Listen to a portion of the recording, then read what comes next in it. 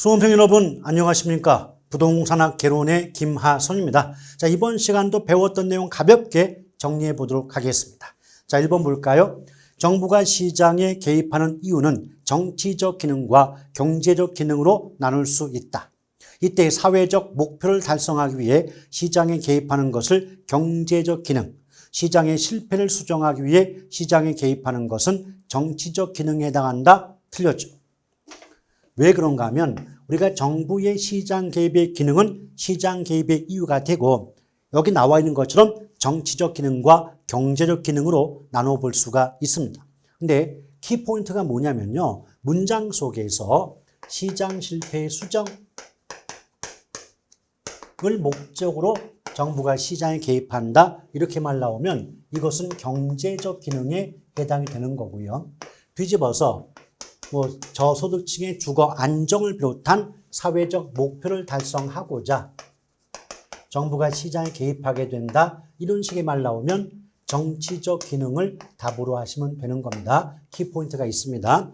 이런 경우 사회적 목표라고 나왔는데 정치가 나왔는데 경제가 나왔고요. 또 시장의 실패 수정 나오면 경제라고 나와야 되는데 정치가 나왔죠. 결론적으로 경제와 정치의 위치가 바뀌었기 때문에 틀린 지문을 하고 해석하시면 되겠고요. 자, 2번 문제. 소비자의 주택 구입에 대한 금융지원 정책. 자, 금융정책이죠. 금자dol림 나왔죠. 정부의 시장 개입의 그 정책 수단 중에서 금자돌림은 직접적인 개입이 아니라 간접적 개입에 해당이 된다라고 말씀드린 바가 있습니다. 자, 정부의 시장 개입의 수단은 크게 직접적인 개입, 자, 직접적 개입, 간접적 개입, 토지 이용 규제. 토지 이용 규제의 세 가지 유형으로 나눠볼 수가 있는데요.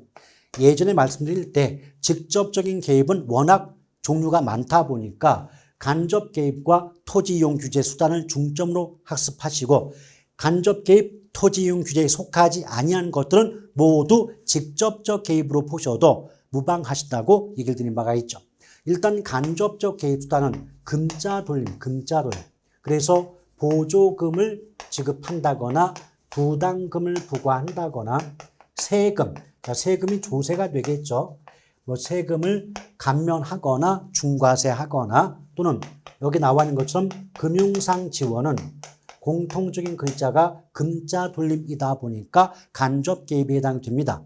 그것 이외에 토지 이용 규제는 가장 대표적으로 지역지구제가 있을 거고 그것 이외에 건축 규제라든지 각종 인허가 등은 토지 이용 규제 수단에 해당이 된다.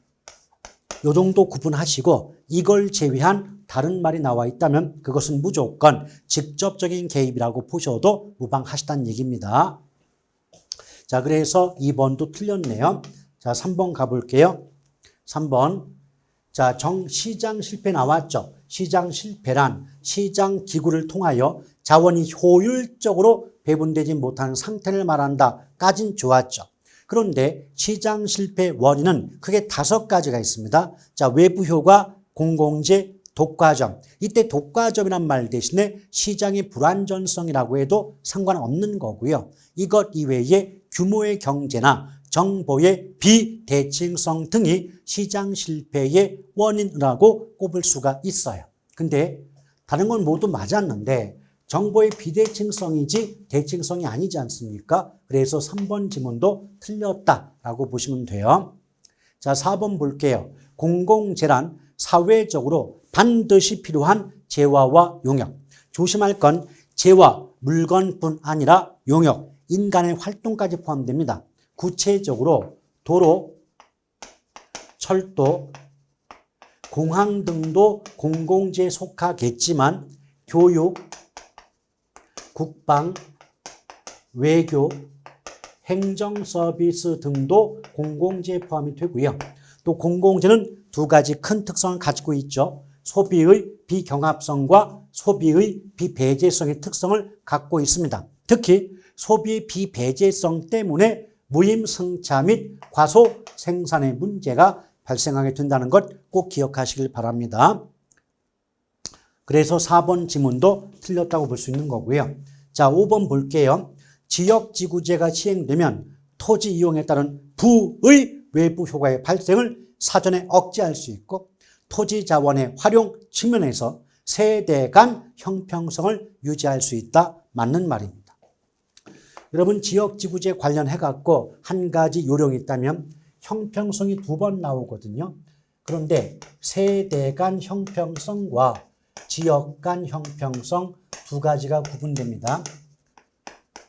요령이 뭐냐면 세대 간 형평성 나오면 유지된다. 보장될 수 있다가 답이겠지만 지역 간 형평성 나오면 뭐 형평성이 침해된다. 또는 보장될 수 없다. 깨진다. 라고 말이 나오게 되는 거죠. 그래서 지역지구제 시행할 때 세대 간 형평성은 보장될 수 있지만 지역 간 형평성은 보장될 수 없다는 차이점 꼭 구분해서 기억할 필요가 있겠습니다. 자, 6번 볼게요.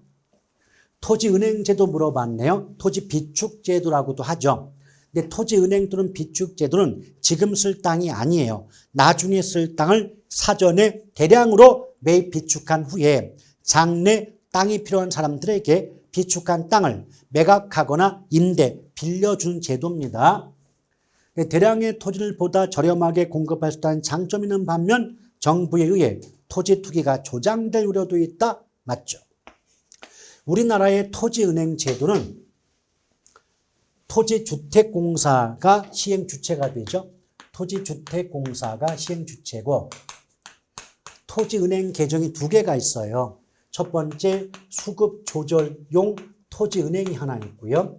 2번째가 공공개발용 토지은행 2가지 계정이 있어요. 근데 제목 보시면 아시겠지만 수급조절용이 뭘까요? 토지의 수요와 공급을 조절할 용도, 조절할 목적으로 토지를 비축한 제도죠. 그러면 그 시장에서 지가, 땅값이 높게 올라갈 때 공공이 비축한 땅을 시장에 공급하면 올라가는 지가의 상승을 억제할 수가 있기 때문에 지가 안정에 기여할 수 있다. 다른 말로 토지시장 안정에 기여할 수 있다. 이런 식의 말이 나올 수 있는 것이고요. 반면에 공공개발용이니까 공공개발 용도의 땅을 사전에 대량으로 비축해 놓는 제도가 되지 않겠습니까? 그 결과 공익사업용지에 원활한 공급이 가능하다. 이런 식의 문장이 나오고 있게 되는 거죠. 자, 7번 볼게요. 임대료 규제란 시장의 균형 임대료보다 낮은 수준으로 임대료를 통제하는 최저 가격제. 틀렸네요. 최고 가격제입니다. 자, 임대료 규제는 다른 말로 임대료 상한제라고도 하죠. 예를 들면 시장의 균형 임대료가 30만 원일 때, 자, 임대료가 어려우신 분들은 그냥 월세라고 이해하시면 돼요. 그러니까 시장의 일반적인 월세가 30만 원 갈 때, 야, 정부가 지금같이 경기가 안 좋은데 월세 30만 원 너무 부담이 크지 않느냐? 월세를 좀 낮춰라. 그래서 규제 임대료, 통제 임대료를 20으로 책정하고 20만 원 이상으로 월세를 받지 못하도록 하는 제도가 임대료 규제입니다. 근데 여기서 20만 원은 공급자, 즉 임대인 입장에서는 받을 수 있는 최고한의 가격이 20만 원까지이다 보니까 임대료 규제는 소비자 보호를 목적으로 하는 최고 가격제일 뿐이지 최저 가격제가 아니에요. 틀렸습니다. 나머지는 맞았고요. 자, 8번 볼게요. 저소득층에게 임대료를 보조할 경우 주택 소비량은 증가하지만 임대주택이 아닌 다른 상품의 소비량은 감소한다. 틀렸습니다. 여러분 생각해봐요. 상식적으로 저소득층에게 월세 일부를 지원한다. 예컨대 월세가 30만 원인데 이 중에서 10만 원을 보조해 준다고 보자 이거예요. 그럼 보조를 받은 저소득층 입장에서는 나갈 돈 10만 원이 굳었잖아요. 10만 원 굳었죠? 10만 원이 굳어. 그럼 이것을 예쁘게 말하면 실질소득이 상승한다 그래요. 그럼 10만 원 나갈 돈이 안 나가니까 그 10만 원 가지고 그동안 먹고 싶었지만 먹지 못했던 오뎅, 떡볶이, 순대, 만두, 군만두의 소비량이 이전보다 늘겠어요? 줄겠어요? 늘겠죠. 돈이 굳었는데. 그래서 주택이 아닌 다른 물건의 소비량도 증가하는 경향을 보인다가 옳은 말이겠죠. 자, 9번 볼게요. 분양가 규제 나왔죠. 그럼 정부가 분양가의 상한선을 설정하여 그 이상의 가격을 받지 못하도록 통제한다. 근데 장기로 갈수록 분양주택에 대한 초과 수요가 커진다. 까진 좋았는데 키포인트. 대형주택 위주의 공급이 이루어지는 건 분양가 규제가 아니라 분양가 자율화의 내용입니다. 이건 아주 전형적이에요. 대형주택 위주의 공급 이 말 나오면 읽기 중단. 자율화지 규제가 아닙니다. 조심하시길 바랍니다. 자, 10번. 주택의 수요 곡선. 자, 수요가 비탄력적이고 공급이 탄력적이죠. 이럴 때 재산세, 세금을 부과하면 상대적으로 수요자에게 많이 귀착된다. 수요자의 조세 부담이 커진다. 이 말이죠. 맞는 말이에요. 왜냐?